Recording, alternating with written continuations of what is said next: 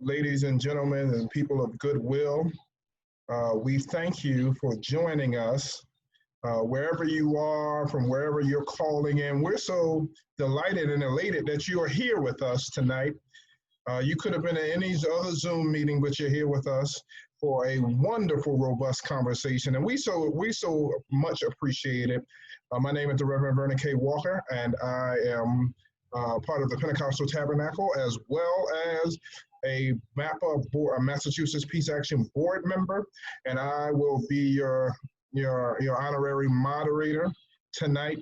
And this event is brought to you in a series event. This event is one event that has been a series of events tackling racial justice, as we know that we are living in a time of civil unrest and social unrest and political unrest. So again, we're so glad that you are joining us from wherever you are. And you know, y'all, I am peacock proud and hippopotamus glad that we have Alex Vitale with us. Yes, I'm elephant happy. And I'm going to read his bio and who he is. And you know, some of you may know who he is already, but we have the pleasure of being joined by Alex tonight, Alex S. Vitale, and we're so glad that you're with us. And for those who don't know, Alex is an author and a professor of sociology at Brooklyn College, BK in the house. He's also a coordinator of the Policing and Social Justice Project at Brooklyn College. His writings has appeared in the New York Times, The Nation, The Appeal, the USA Today, Vice News, and other media outlets.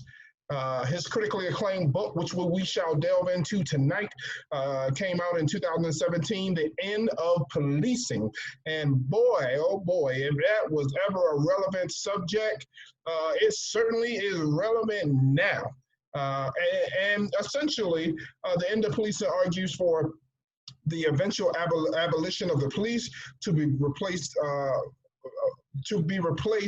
by the various decriminalizations, to be replaced variously by decriminalization or with non-law enforcement approach, depending on the crime, perhaps even restorative justice. So again, ladies and gentlemen, it again makes me elephant glad, and hippopotamus happy to invite Alex, and I'm going to turn it over to him.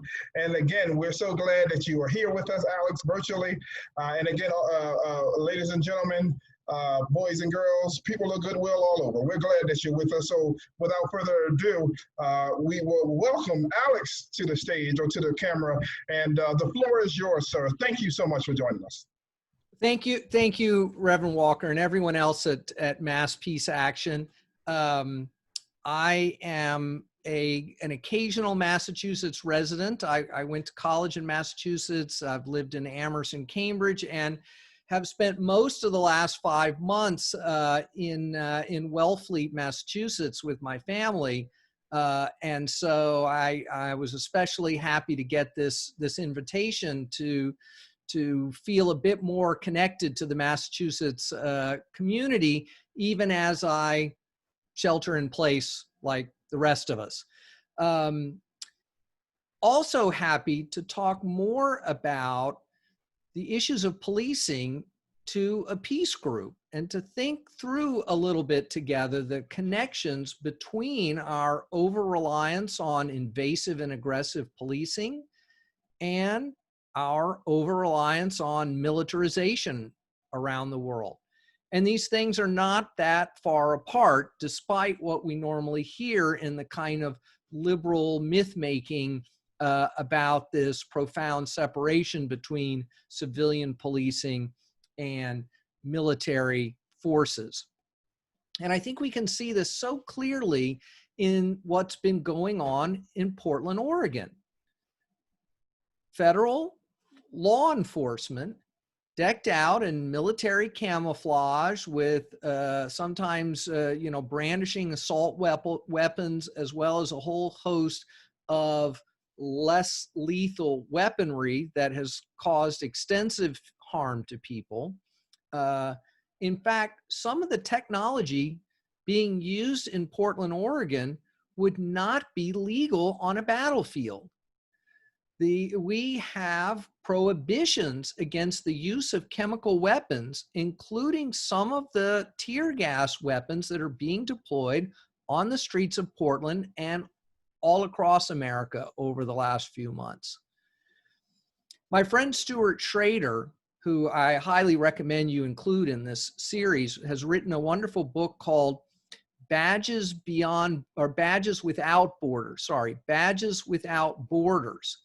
And he shows the long-standing interconnection between domestic policing and U.S. foreign policy. This goes back to the earliest origins of American policing and continues to this day.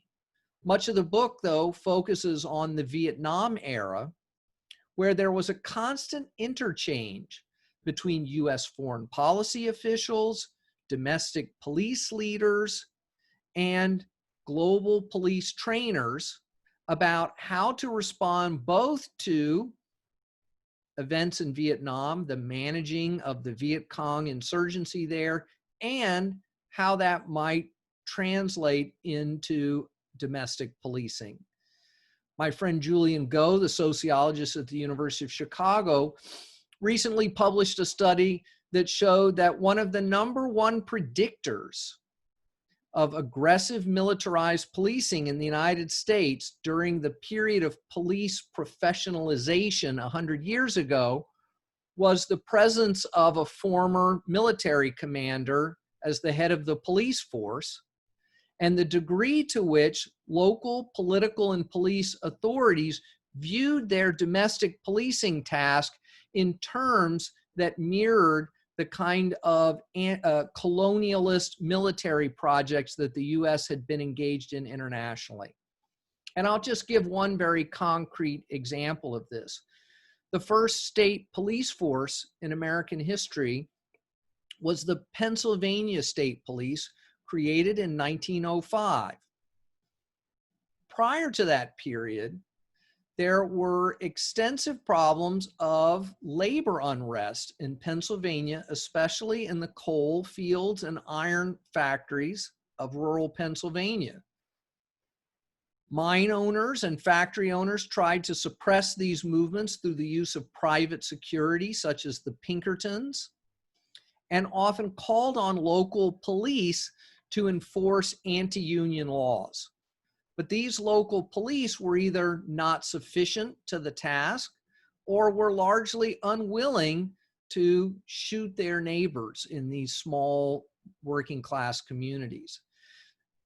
The Pinkertons, while more willing to use violence, also came with political costs, which is to say that when they murdered miners, this undermined the legitimacy of the mine owner's position, and sometimes brought forth investigations, media attention, and outside scrutiny. What was needed was a force that was both capable of suppressing militant union action and would have greater legitimacy to withstand this kind of outside scrutiny. The first thing they tried, interestingly, was called the coal and iron police. This was a hybrid in which local mine owners and factory owners went to the state and bought a license at $1 a piece that allowed them to deputize their Pinkertons as formal law officers. But this still led to massacres and still led to profound legitimacy problems. So they finally decided to create a formal state police that would have the numbers to suppress union activity and the willingness and the technology to do it in a way that would produce the most legitimacy. And the model for this new form of domestic policing was the U.S. occupation forces in the Philippines that had been created when the U.S. took control of the Philippines at the end of the Spanish-American War. And during that period, those occupation forces develop a whole raft of new counterinsurgency technologies, like the use of telegraph, rapid deployment of officers, of soldiers in these kind of counterinsurgency units. Also, the free deployment of counterinsurgency groups that operated in sort of outside the normal chain of command. They were given general orders and then set loose in the countryside to pursue rebels. This force was highly technicalized, was highly flexible, and was very effective. They bring not just these ideas, but they actually bring specific personnel from the Philippines to Pennsylvania to set up what is essentially a militarized counterinsurgency policing operation that local union leaders referred to as the Pennsylvania Cossacks, many of them being immigrants from Eastern Europe who had experienced the Russian Cossacks of the 19th century. All right, so let's go back to Portland for a second, where we have seen this very militarized form of domestic policing, where the ATF, US Marshals, FBI, Customs and Border Patrol are mobilizing their SWAT teams of various kinds, their police paramilitary units, to suppress domestic political activity. And here it's important not just to focus on the camouflage and the weaponry, but also a kind of militarized esprit de corps and a kind of militarized mission.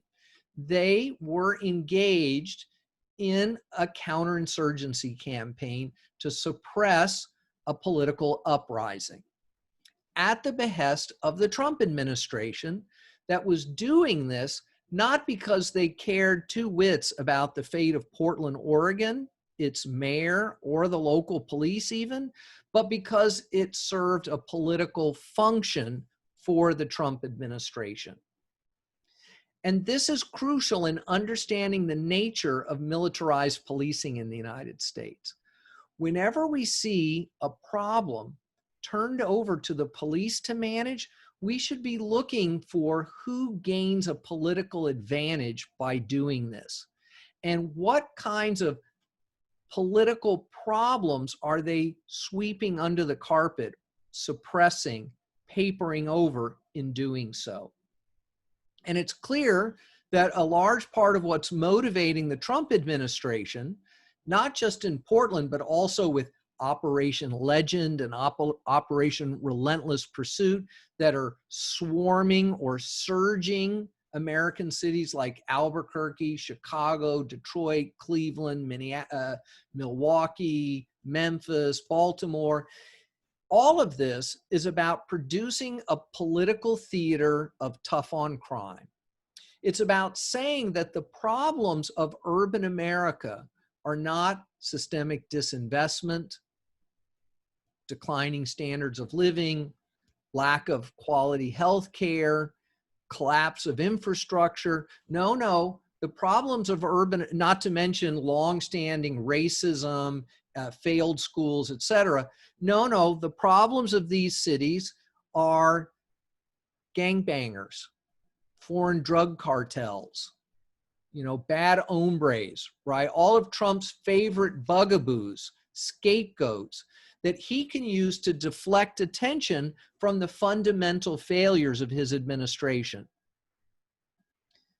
But the sad reality is that this is a bipartisan problem, because in each and every one of these cities, these federal forces, with the exception of this narrow issue in Portland, these 7 or 8 other cities are all led by Democratic mayors who have embraced federal law enforcement. As long as it's not suppressing protests, it's just going after the gangbangers. They've basically embraced this militaristic theater that is going to aid Trump's reelection campaign, because they have completely capitulated to the idea that the only way they can solve problems in their communities is by turning it over to the police. So the mayor of Chicago, Lightfoot, says, well, we don't want them arresting protesters, but if they're going to help us get the shooters and the bad guys, well, we'll welcome all the federal law enforcement assistance we can get, without questioning whether or not policing is actually the right tool to solve the very real problems that these cities face. And let's look at the violence problem. Violence is heavily concentrated in these communities, in these cities, in the communities that have experienced the most profound legacies of racial exclusion and economic exploitation.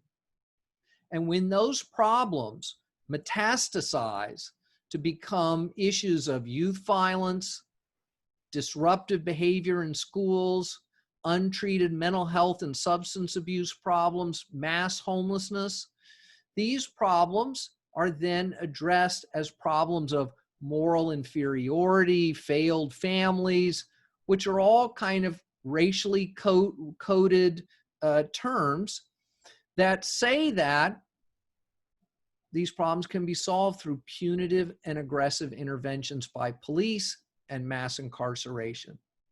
And so we have these Democratic mayors welcoming in militarized policing because it gets them off the hook.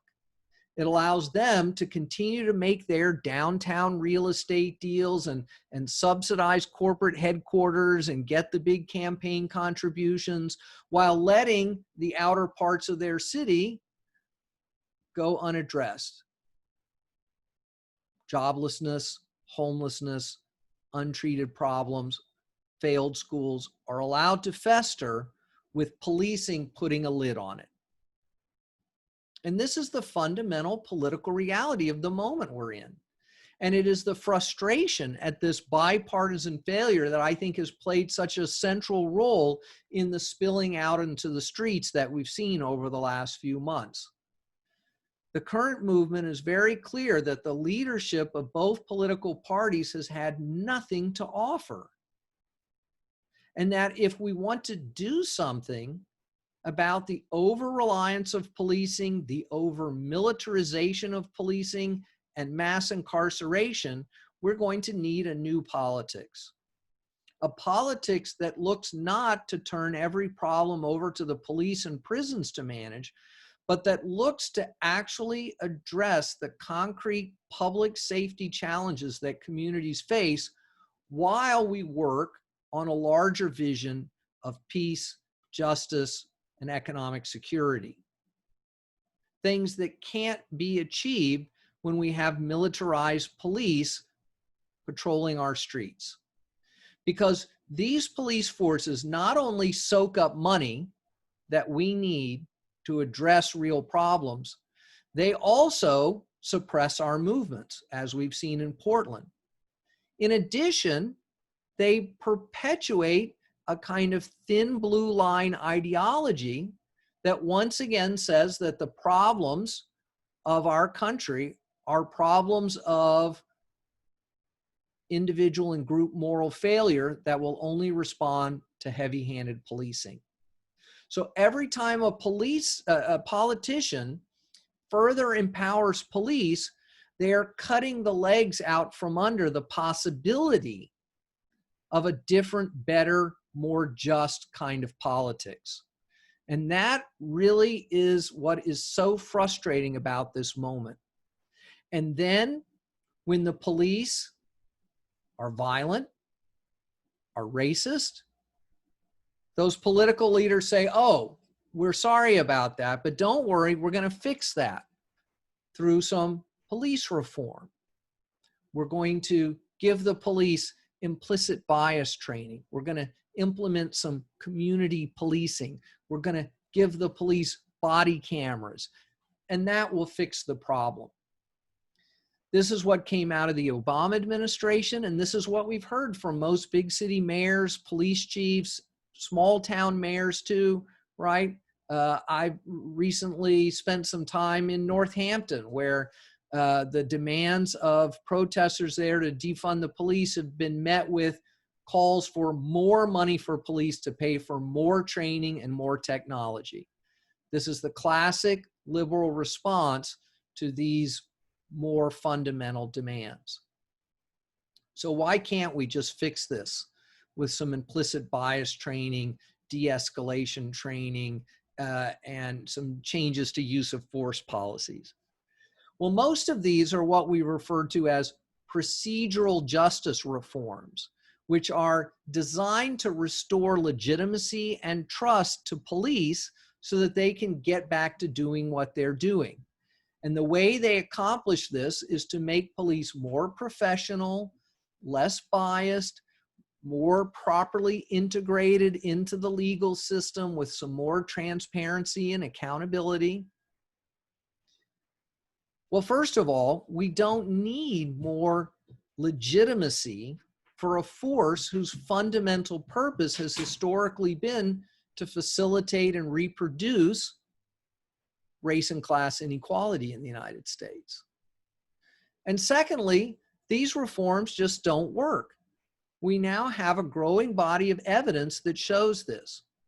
And how could implicit bias training possibly solve the problems of racial disparity in the United States in policing? It's ludicrous. First of all, the research that it's based on is deeply problematic. Second of all, we have a problem of explicit racism in American policing. When we look for it, we find it in the chat rooms and the Facebook pages, the emails between people, the radio conversations that get caught on tape accidentally. There's plenty of that. But also, the mission of policing is fundamentally designed to reproduce racial inequality. When we look at things like the war on drugs, what we see is politicians using police to manage the problems of Black and brown communities in the way they would never use them in white communities. And this is not just because of some implicit bias by politicians. This is a conscious racial project, and it always has been. We now know from people who were inside the Nixon administration that the war on drugs was never about public health, was never about public safety. It was a rancid politics of racism designed as a dog whistle to try to attract historically Democratic white Southern voters into the Republican Party in the wake of the Civil Rights Movement. They realized they couldn't bring back segregation, but what they could do was launch a war on crime that would target overwhelmingly Black and brown communities as a way to saying to whites, don't worry, the Democrats sold you out by signing civil rights legislation. We're going to be the new home of racism in the United States. And that's why we see drug arrest and incarceration rates at 70, 80, 90% non-white folks. And you can't fix that by giving narcotics units anti-bias training. We have to end the war on drugs. And any attempt to make the police more professional and law enforcement oriented misses this fundamental reality. They think that if the police would just enforce the law professionally, everyone would benefit from that.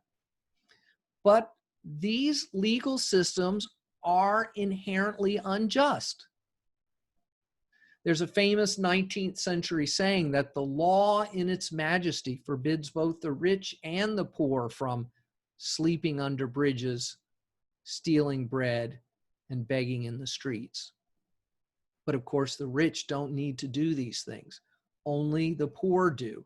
And the laws that the police enforce make possible systems of profound economic and racial inequality. And that has always been the central function of policing from its earliest origins today. So today we don't have police enforcing slavery or colonialism in that 19th century sense.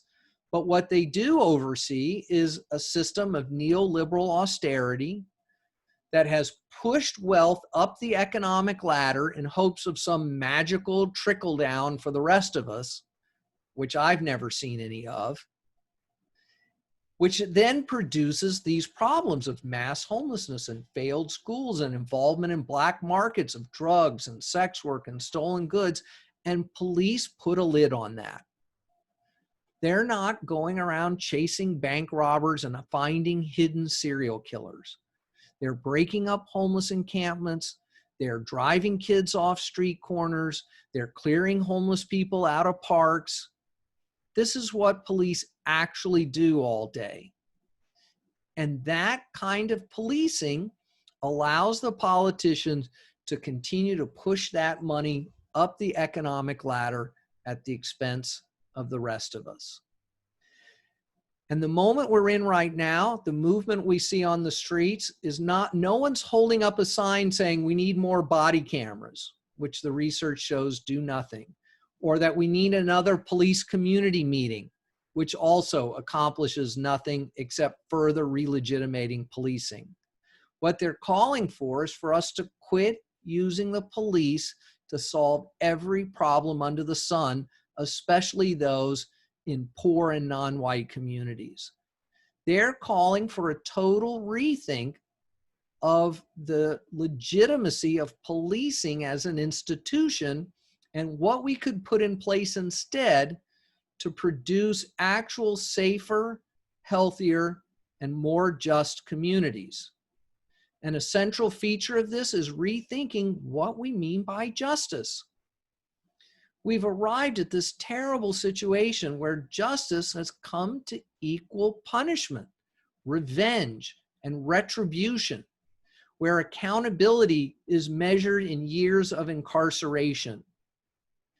We have to develop a new theory of justice that's rooted in human capacity, that's rooted in building people up, that's rooted in creating stable, sustainable communities that make people healthy, that improve their quality of life, instead of using police to enforce a system of mass exploitation. So I'll stop there, and I'm very happy to take however many questions we can get through. All right, thank you. All right, thank you so much for that presentation, Alex. Can everybody hear me? Am I sounding all right? Sound great. Cool? Okay, great. So thank you so much for that robust presentation and recap of your book. It sparked off a number of things in my mind, and then I'm going to kick off the first question, and then we have a couple questions that we're going to pick up on. As you were talking about the war on drugs and Richard Nixon, or really Reagan, Nixon-Reagan, I thought about the Southern strategy. And for those who might not know what the Southern strategy is, it was started by Barry Goldberg in 1964. Goldwater, yes, Goldwater, thank you. Goldwater in 1964. And essentially, it was a pushback on the civil rights movement, or on the gains that the civil rights movement had begun to make. So then, therefore, they began to use code words.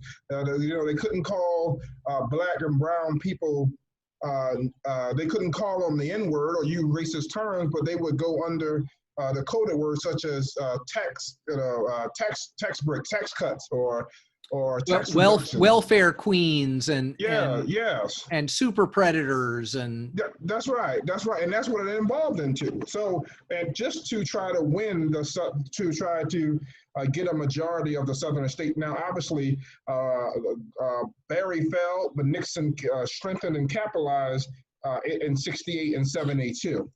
But I want to go in a little bit about my experience. So, so for those who don't know, I am originally from Philadelphia, not too far from New York. I'm originally from West Philadelphia, born and raised. That's where I spent most of my young days. And essentially, I saw in the 90s, I saw the criminalization and the criminalizing of Black and brown bodies. For instance, I saw police officers randomly stop Black men, and this is before stop and frisk, that horrendous stop and frisk policy in New York, and literally manhandle Black and brown young men. And this was atrocious, and I was appalled by it. But essentially, the difference is there was no cell phones with cameras on it. There was no, there was no one video recording these injustices that the police were perpetrating, and essentially letting some of these young people go. But I want to go into my question, and then we have a lot more questions that we want to pull from. But my first question, in your book, you say that the policing needs to be reformed. We do indeed need new training regimens, enhanced accountability, and a greater public role in the direction and the oversight of policing. And I agree with that, certainly to a large extent. My first question that I have for you is, how do we make that a reality? How do we keep more police accountability and also push in a strong way to help demilitarize the police?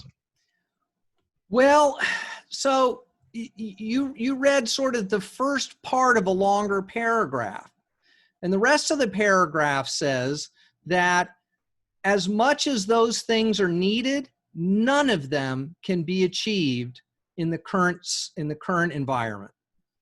That there's no way to implement the kind of training and oversight that people would like, as long as our political officials have told the police to wage a war on drugs and a war on crime and a war on gangs and a war on terror and a war on immigrants and a war on disorder, and that it's sort of fanciful to think that this would make any real difference. So yes, the police are out of control. Yes, there's a culture of impunity. Yes, there's excessive force and violence and bad training. That's all true. And none of it can be fixed until we end the war on drugs, get police out of the sex business, get the cops out of our schools, quit sending police to deal with mental health crises, substance abuse crises, homelessness crises, get them out of border enforcement, all these, get them out of political. When we've done all of that, then I'm ready to have a conversation about how we change the culture of policing. Otherwise, I think it's just pointless. You know, police are violence workers. That's what distinguishes them from other parts of government. And to think that we're going to turn them into friendly social workers is just not realistic. And so we've got to figure out how to get these violence workers out of our lives in as many ways as we possibly can. Now, maybe along the way, as part of that, we also take away some of their militarized toys, etc. But militarism is not just about the hardware. It's about the mission. It's about the training. It's about the esprit de corps. And those things are not going to change as long as the mission of policing is to be at war with large segments of the population.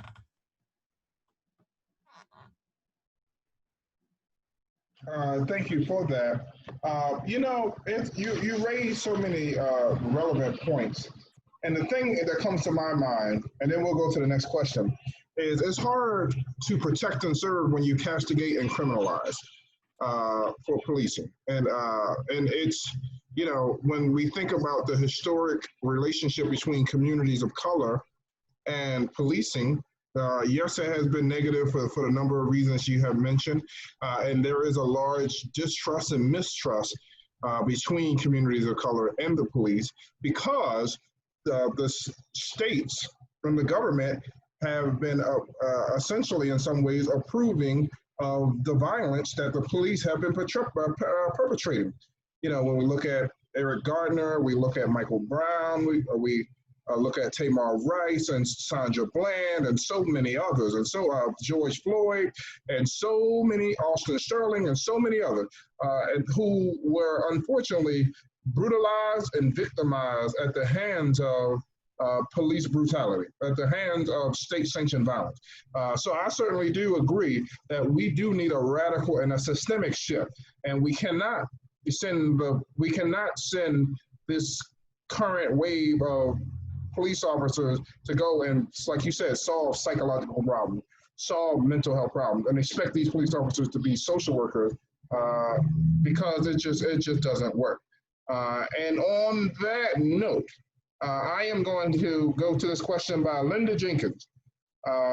She asked the question, hoping for a roadmap of concrete steps to defund and abolish the police everywhere, and who needs to be mobilized, and who needs to be mobilized their pressure point. So essentially, it looked like she asking, what is the roadmap to a concrete step to defund and abolish the police everywhere, and who needs to be mobilized for that, and what are the pressure points that we can insert pressure? So, you know, this issue gets at the heart of American politics. This is not a small lift. Now, it is true that we don't have to transform the politics in Washington to make dramatic progress on this, because policing is primarily a local phenomenon with about 18,000 local police departments around the country, so that funding for policing is controlled at the local level, so that we could concretely shift huge amounts of resources from policing into community needs at the local level. But ultimately, if we're going to fix homelessness, if we're going to deal with, you know, entrenched racialized poverty, it's going to take state and federal interventions as well. So I don't want to leave people with the impression that if we could just get $10 million out of the police department budget, that's going to fix everything. But it will get us on the right track. But that means you've got to win a local budget battle. And that is only possible if you develop majoritarian politics. It can't be done on the power and force or morality of an argument. We have to convince our neighbors, our friends, and our family members that the future for producing safe, sustainable, and just communities is not to give the police more money. It's to develop concrete, specifically targeted interventions in the short run while we deal with the big picture. So, you know, in the book, I take 8 areas of policing and talk very concretely with lots of specific examples from around the US and around the world of what we could be doing differently. Police in schools, responding to mental health crises, homelessness, youth violence, sex work, you know, a whole range of things. And so a lot of work has already been done, but we need to do the hard work of kind of community organizing around this alternative vision of safety. And if you look at the larger defund the police movement, it's a public safety movement that's being led primarily by people of color who have experienced a profound lack of safety in their lives, and for whom policing was not a source of safety. It was either ineffective or was actually a source of additional harm in their lives. And I think we need to take that to heart, and really maybe to get at Vernon's last little comment there too. I mean, the dilemma we're in is that for the last 50 years, and in some ways longer, communities of color have been told, you can have one thing to deal with the problems in your community, and that's more police to lock up more people in your community. So you can either have police or you can have nothing. And in the face of that, out of desperation, people have chosen police. And then when the police behave badly, they pull their hair and they're like, well, can we at least get them to be less racist? Can we get some black police officers in here? Can we give the police officers anti-bias training so that maybe they won't humiliate us, berate us, steal from us, kill us? But it doesn't work. None of that works. None of it helps. Show me a single study that shows that any of that helps. It doesn't. Hiring more black police officers doesn't help. Putting a black police officer in charge doesn't help. Having a black mayor doesn't help. If we don't fundamentally change the politics of these cities, the policing is going to be racist and it's going to be violent. And we should be focusing not on the Sisyphean task of making them friendlier and less racist, and instead actually demand some racial and economic justice in our society. Quit accepting that the only alternative is more policing.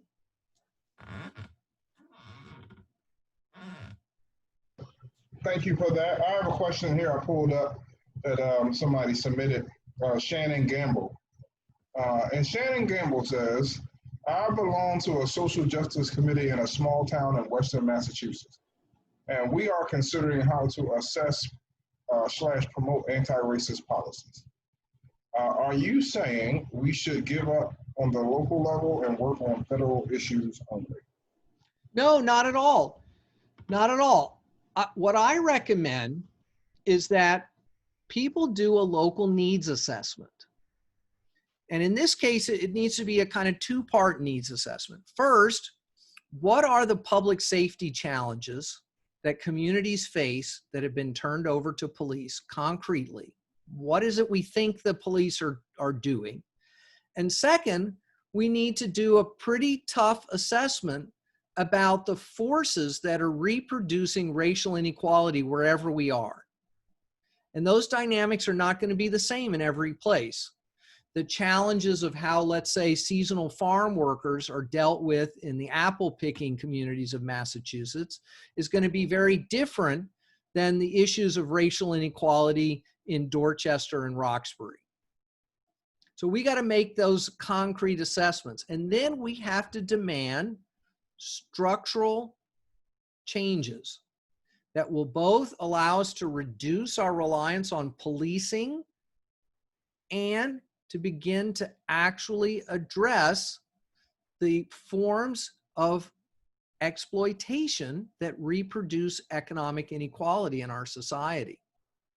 And that work can all be done at the local level. And I think as this movement grows, and it is growing, then we can talk more about what a federal strategy looks like. And we can look at things like Ayanna Pressley and Rashida Tlaib's Breathe Act. There's a website for it that lays out, what a better federal policy would look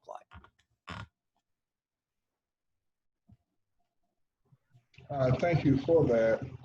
I am going to pull out another question. There's so many.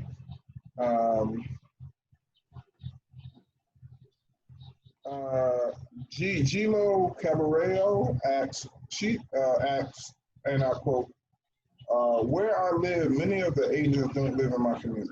Can the violence be mitigated by recruiting, training sociologically and culturally community member officers as opposed to officers who come biased to police, who are biased, who come to police black and brown bodies where they don't live? So instead of trying to turn police into community-based social workers, why don't we just hire community-based social workers? Like we've so capitulated to this idea that police are the locus for safety that we have trouble imagining the possibility of producing safety completely outside the confines of policing. So around the country, there have been a large number of credible messenger / cure violence programs established. These are programs that hire people from within a community where gun violence in particular is a problem, and they hire people who themselves were street involved, maybe involved in violence, maybe formerly incarcerated, to work with the generation of young people that are currently involved in street life, violence, and other kinds of problematic behavior. This is what makes them credible messengers, is that they're known to these young people. They live in the same community. They've had the same struggles of messed up families, periods of homelessness, dealing with gangs and failed schools and fighting, with police who harass them, right? So they are in a position to actually talk to these young people and figure out what the dynamics are that are driving the violence, to try to get young people involved in trauma counseling and pro-social activities. So in places like Chicago and Baltimore and New York, we have real high quality research that shows that these interventions can dramatically reduce the violence when they're well funded and well run. So it has nothing to do with the police. In fact, the involvement of the police actually undermines the successfulness of these initiatives, because the police are hated by these young people. They do not trust them, and they see themselves as at war with them. So let's take them out of the equation, hit the reset button, empower the community, give the community resources, and give communities space to begin to address these problems themselves. It works.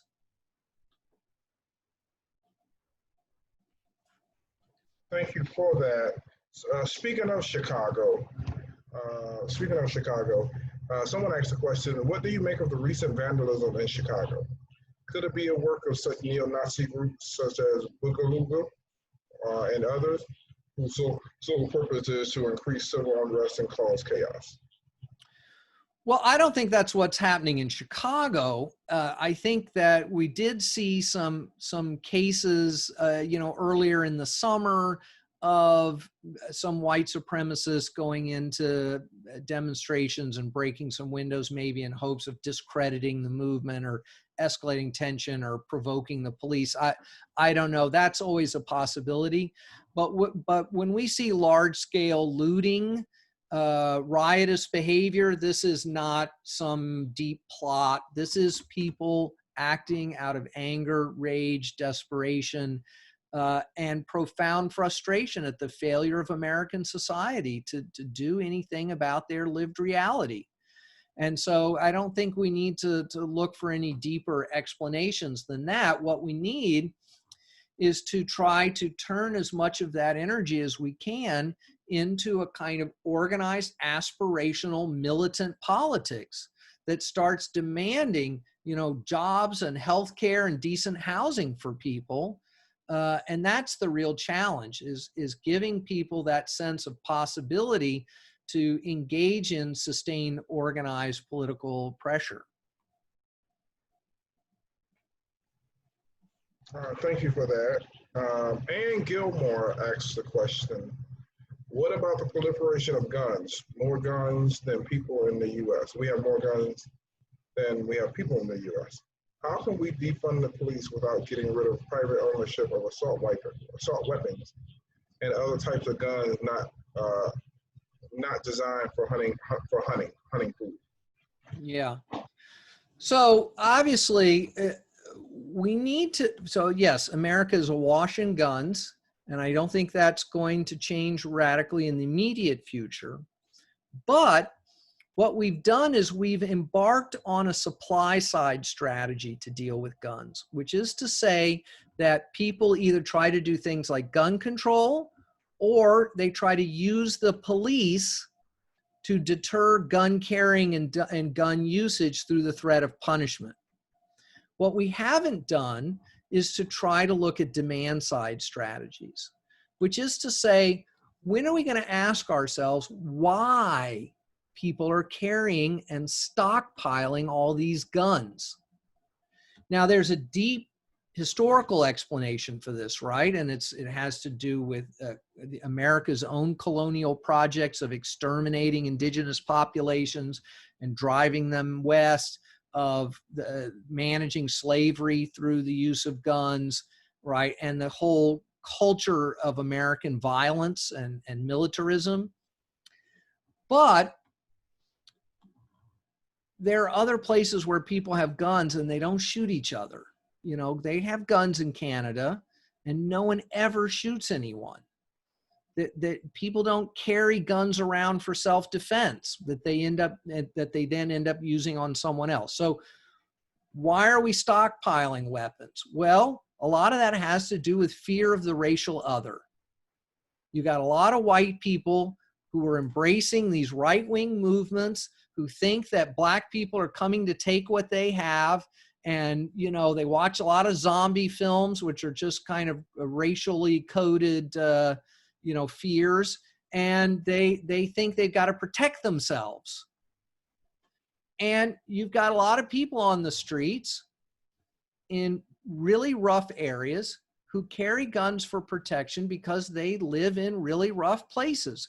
Well, what are we doing to change those places so that people aren't, you know, preying on one another, which then causes everyone to carry guns? And one big factor in all of this is the war on drugs. The war on drugs, by producing this massive underground black market, is, I think, directly and indirectly responsible for a massive amount of gun carrying, gun possession, and gun usage in the United States.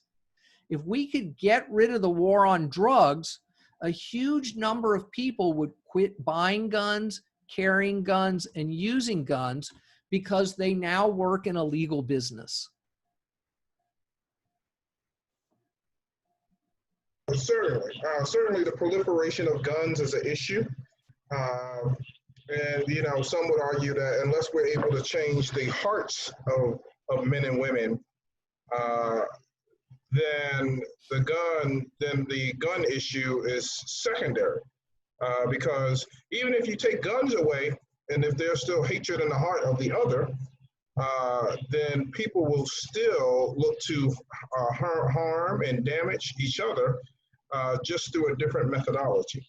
And perhaps what, you know, perhaps Dr. King was on to something when he said that in the Birmingham letter that injustice anywhere is a threat to justice everywhere. But he also said that we're all tied in the garment of mutuality, and what affects, we're all tied in the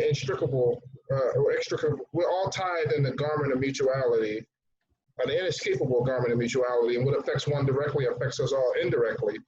And King understood that, you know, humanity, if in order to create a beloved kingdom and a beloved society, we need to change and transform how not only race relations and how race relations in this country, but also how people view one another.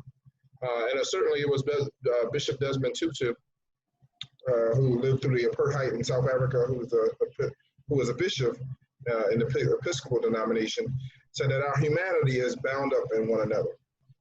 So certainly, if there is a radical transformation and a paradigm shift in the way we think, then perhaps we can reduce, you know, some of the criminality that we see throughout the country and throughout the world. And it's interesting, and then I'm going to get to this next question for you, Alex. But I want to point out, it's interesting that we are in the midst of a global pandemic. In America, over almost 160,000 people have unfortunately experienced untimely deaths. But one thing that the pandemic, at least in my mind, highlights is not only who is disproportionately affected, Black and brown communities, low income, low wealth communities. But it also points out how we're all, this whole world, the human family is tied together. Globalization, because obviously this started in Wuhan, China, and traveled across the world, and has affected hundreds and hundreds of thousands of people have been infected, or millions, in fact. So I think that really highlights and spotlights that we're all tied, and as Dr. King said, this unescapable garment of mutuality. And what affects one directly affects us all indirectly. Someone asked a question, who is anonymous, so I can't give credit to the person. If they asked the question, could you speak to the role of police unions in preventing police accountability? Great. Yeah, that's an important question, and it's certainly the case that police unions have used their political power to insulate officers from, work rule violations and legal accountability as well. But it's important to remember that first, that police unions don't get this power unilaterally. They get it because local governments sign contracts with them that contain these provisions. And so we don't have to change the heart and mind of the police union to get these contracts changed. We have to convince our local mayors and city councils not to sign off on these things. So there's a profound political failure here. Now, we do need to do more to reduce the power of these unions. And I think the way we do that is fairly straightforward, which is that we demand that politicians quit accepting their endorsements and campaign contributions. That we say to these politicians, if you're taking that money, you can't be our friend anymore, because that money comes with too many strings that are fundamentally opposed to any kind of progressive agenda. When you take that money, you're embracing racism, you're embracing violence as strategies to solve the problems in our society. And this just is not going to fly anymore. And the good news is that there's a real movement underway nationally to do this. And lots of politicians this summer have been pressured to do just that. They've renounced endorsements, and they've gone back into their campaign accounting, pulled out the money from police unions and given it away to bail funds and mutual aid projects and that sort of thing. And I think that's exactly what's needed. Almost everywhere, these kinds of campaigns or contributions are public record, and people need to go and find out who's taken their money and hold them publicly accountable for it.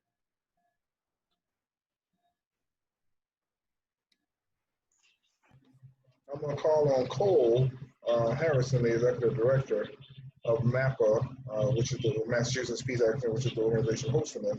I want to call on him to ask the next couple questions. Yeah, thank you, Alex. Just looking, how do we break down the political changes that need to happen at the local level? We have calls to defund the police and step-by-step try to transfer some of their functions to nonviolent civilian groups. Is that a good path? What are some examples where that's been tried, and what's a roadmap to tackling this problem step by step? Well, I think we all need to be looking closely at what's going on in Minneapolis, because they're really trying to do something transformative there. And it's not just about, cutting 10% from the police budget to fund some pet social project. This is really about a complete rethink on how you produce public safety. They're doing community assessments, just like I was talking about before, and then they're going to start trying to develop specific targeted interventions to deal with these public safety issues. But there is a bigger challenge that the sort of first step of the defund movement, or a simplistic version of the defund movement, doesn't quite encapsulate, which is we have to start directly addressing the structural factors that reproduce racial inequality in the United States. Things like school funding, the development of transportation networks, infrastructure spending, not to mention, discrimination in hiring and housing and the delivery of health services. So we can't just take criminal justice stuff and put it off in a corner and say, that's how we solve racism in the United States. That's one of the tools that's been used to reproduce racial inequality, but it's not the only one. So really, we need a broad-based politics. It could be something like what DSA is trying to do, Democratic Socialists of America. It could be what the Squad is trying to do, you know, the 4 members of Congress, AOC, Presley, Tlaib, Omar, et cetera. And they're going to have some more people joining them, it looks like, this year. But it's about a broader politics that's rethinking racial and class inequality in the United States. And by bringing those things together, I think it actually enhances the possibility for producing a majoritarian politics. Got it. Our board member, Mary Ellen Kirkolos, asks, in Bristol County, Mass., that's in southeastern Mass., you may know we have a despicable sheriff, a toady of Trump and an overt white supremacist. He abuses inmates, happily uses them and offers them to Trump as slave labor, and targets anyone he suspects is an immigrant. What tools, efforts, and/or campaigns can you suggest to unravel this part of the carceral state?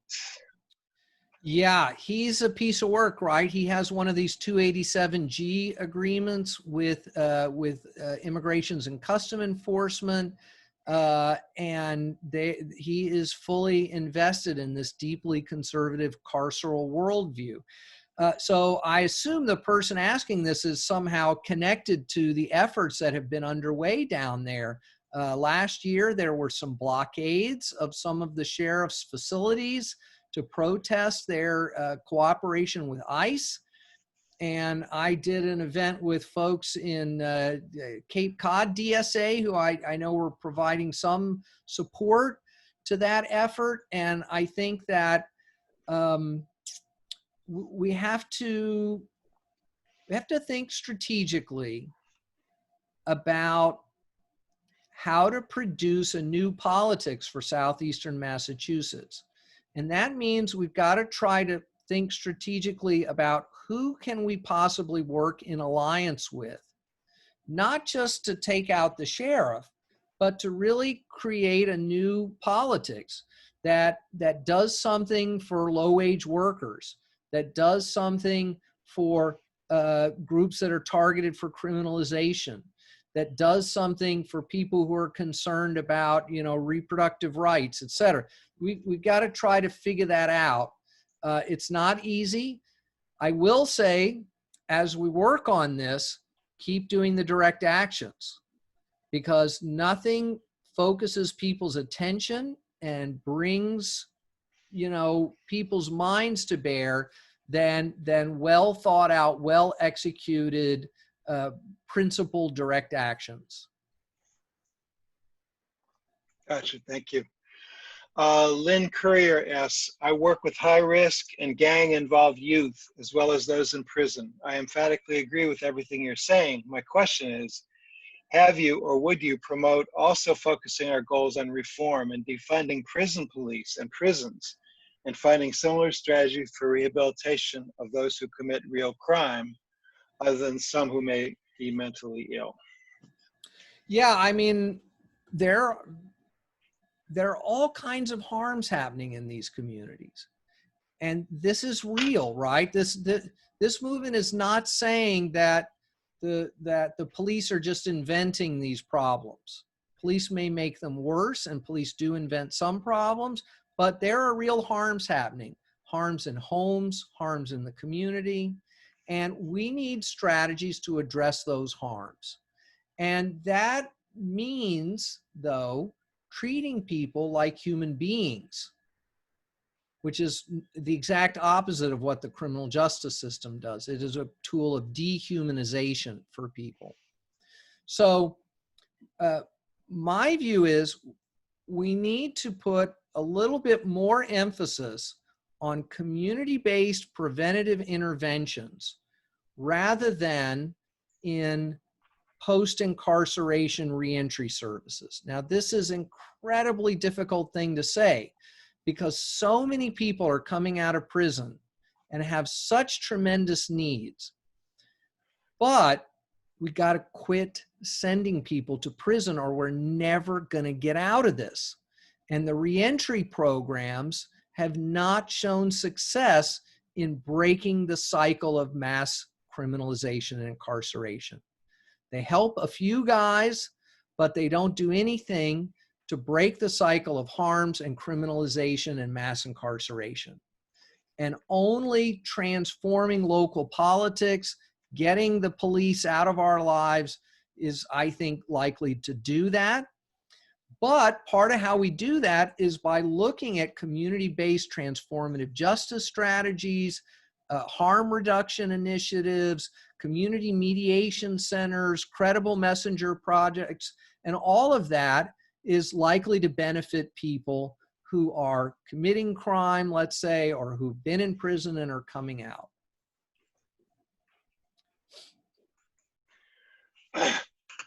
Okay, maybe just a couple more. We're past our time of 8 o'clock, but so an anonymous person asks, how do we persuade people who have an instinctive trust of police and fear that without cops we will descend into chaos? This discourse is so entrenched, I don't know how to get out of it. Folks who believe what power holders tell us about police simply would not accept the claim that the purpose of policing is to enforce and uphold inequality. How do we talk in the politics of public discourse about this problem? So first of all, we can't approach this from the mindset that we're going to convince everyone, because that's just not going to happen. And in our political system, you don't have to convince everyone. Some people are not going to be convinced. They are committed to an authoritarian worldview. But having said that, there is a lot we can do. I think there are a lot of people who embrace policing out of a kind of casual lack of awareness of any other possibility. And there are also a lot of people who embrace policing, but actually know firsthand that policing has failed them. One strategy I think is worth pursuing, especially in more white communities, is to talk about the failure of the drug war. Because the reality is the things like opioids and methamphetamines have wreaked enormous harm in white communities, including some very well-off suburbs, etc. And when we talk to people one-to-one, in a calm setting, in a neutral setting, right? And we you know, do you really think police are the best and only tool for dealing with drug problems in America? Mostly people that I've experienced all across the country, people are like, well, yeah, that's not really working very well.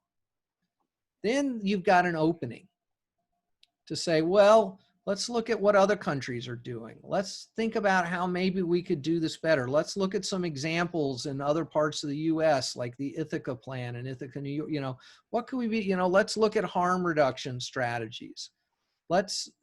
So you gotta be an organizer. I have a background in both community organizing and labor organizing. You gotta talk to people and figure out where those entry points are, and then you've gotta work with them. Okay, and then somewhat in the same vein, Adam McGinnish asks, if a community successfully defunds and transforms their police departments and replaces them with various specialized social work and healthcare workers, this would place a lot of police officers out of work. And by the way, another questioner claims that in Boston, the city of Boston, 500 policemen are making more than the mayor. What are some proposals for how to address the potential political problems of having former police officers who are accustomed to authority and respect and may feel resentful and violent at the prospect of being displaced? Well, the good news, most of them don't live in the cities that they're not going to be working in anymore. Right? We just had headline news here that despite all these claims about community policing in New York, the majority of officers don't even live in New York City. And this is true for Boston as well, I'm pretty sure. So, but not true everywhere. What we're talking about and there was actually a question on the chat about, well, why do people go into policing in the first place instead of these other things if they think they're trying to help the community? So mostly young people join policing through a combination of, I want to help, and it's a really good, stable job that has low barriers to entry. A couple of years of community college or military service. So I did an event in Houston a while back, and some police officers of color came, and we talked afterwards, and they had really wanted to change the culture of policing to help their communities. And also it was the only decent job they could find.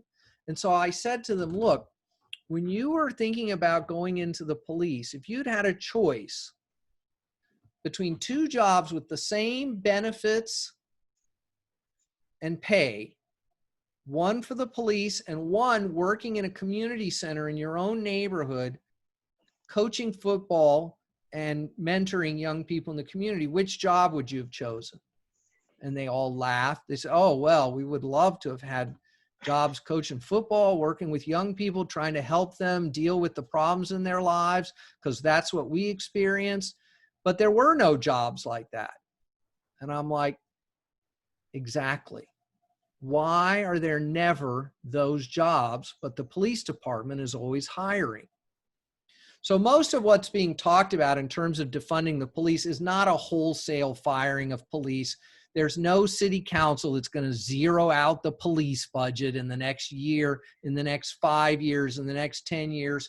This is about an incremental set of changes that are mostly going to be achieved by quit hiring people, and instead offering those who are interested jobs that will actually help the community. And a lot of these young people would be very happy to take those jobs. Certainly the students that I deal with, the young people that I deal with. Great. So Vernon, you want to close this out? I can announce the next couple events if you like. Or do you want to have any final words?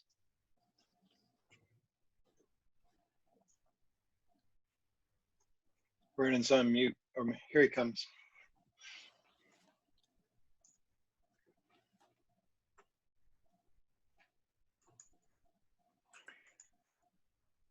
I'll just bring up two things while Vernon's getting ready for his closing remarks. One is I just want to point out we have an action page for some federal bills. There's 3 federal bills, including the Breathe Act that Alex alluded to. And I'll just put it here in the chat so you can click here and take action.